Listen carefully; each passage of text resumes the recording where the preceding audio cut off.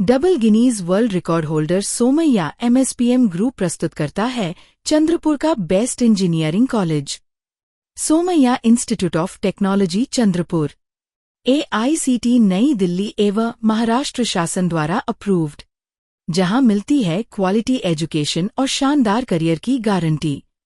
Session 2026-27 के लिए BTech में computer science, data science, aeronautical engineering, artificial intelligence end machine learning, electrical और mining engineering के लिए admission शुरू।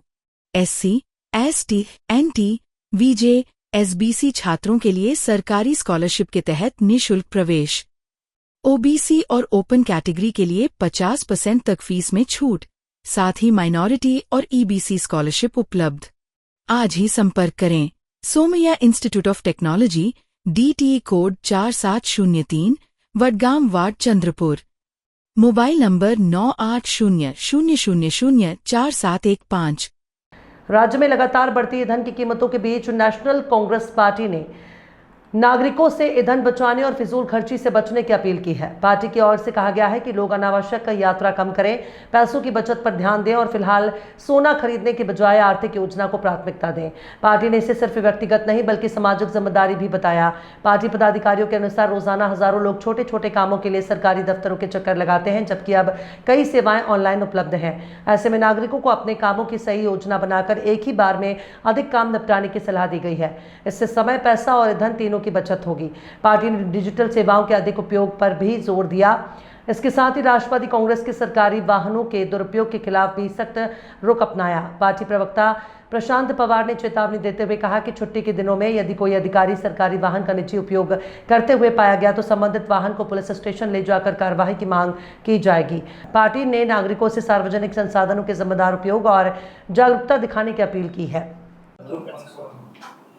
माननीय या देशाचे पंतप्रधान नरेंद्र मोदी साहेबांनी आणि आपल्या महाराष्ट्राचे मुख्यमंत्री देवेंद्रजी फडणवीस साहेबांनी जे आवाहन केलं आहे की इंधन बचत करा, पैशाची बचत करा, सोनं खरेदी करू नका, त्या याच्यावर आम्ही सुद्धा असं ठरवलं की बा या शहरामध्ये जितके ऑफिसेस आहेत तिथे रोज जनता जाते, कमीत कमी 4 ते 5 हजार लोक त्या ठिकाणी जातात।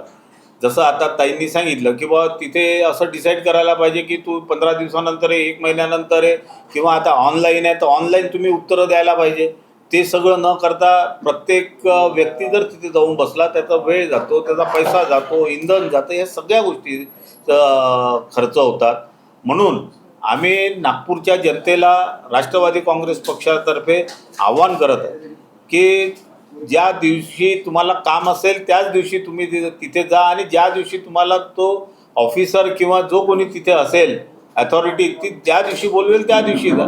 पण मी माननीय मुख्यमंत्री यांनाच एक आव्हान करेन की तुम्ही एक आदेश काढा की या प्रत्येक ऑफिसेस जे सरकारी ऑफिसेस आहे इथे एक दिवस तुम्ही असं ठरवा ना, आज जर त्यांनी पत्र दिलं आहे तर त्याला 8 दिवसानंतर बोलवा किंवा 15 दिवसानंतर, त्याला रोज रोज तो तिथे येतो, तुमचे ऑफिसर त्या ठिकाणी राहत नाही, ज्याच्यामुळे इंधन खर्च होतं, पैसा खर्च होतो, माणसाचा वेळ जातो। तर या गोष्टीपासून लगाम लागला पाहिजे असं आम्हाला वाटतं। म्हणून आज आम्ही ही पत्रकार परिषद घेतली। पुढील भूमिका राष्ट्रवादी काँग्रेस पक्षाची अशी राहणार आहे की सुट्टीच्या दिवशी जर कोणी सरकारी ऑफिसर आपल्या परिवारासाठी गाडीचा वापर करत असेल तर त्या गाड्या त्याच ठिकाणी पकडून आम्ही त्या पोलीस स्टेशनमध्ये नाही तर त्या अथॉरिटीच्या कोणाला तरी बोलवून ती गाडी त्याला सुपूर्द करून त्या परिवाराला गाडीच्या खाली उतरवा। महानगरपालिकेत महापौर असो किंवा सभापती असो यांना पेट्रोल किंवा डिझेलच्या गाड्या देण्यात आलेल्या आहेत।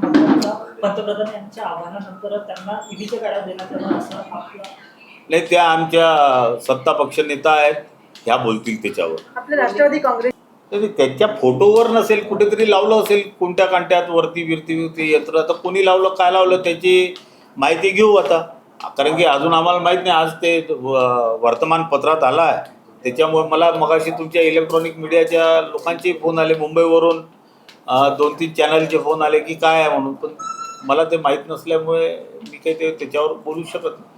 पण हे असं लागलं असेल तर ते बरोबर नाही असं मला वाटतं, काढून घ्यावं ते ज्यांनी लावलं असेल त्यांनी।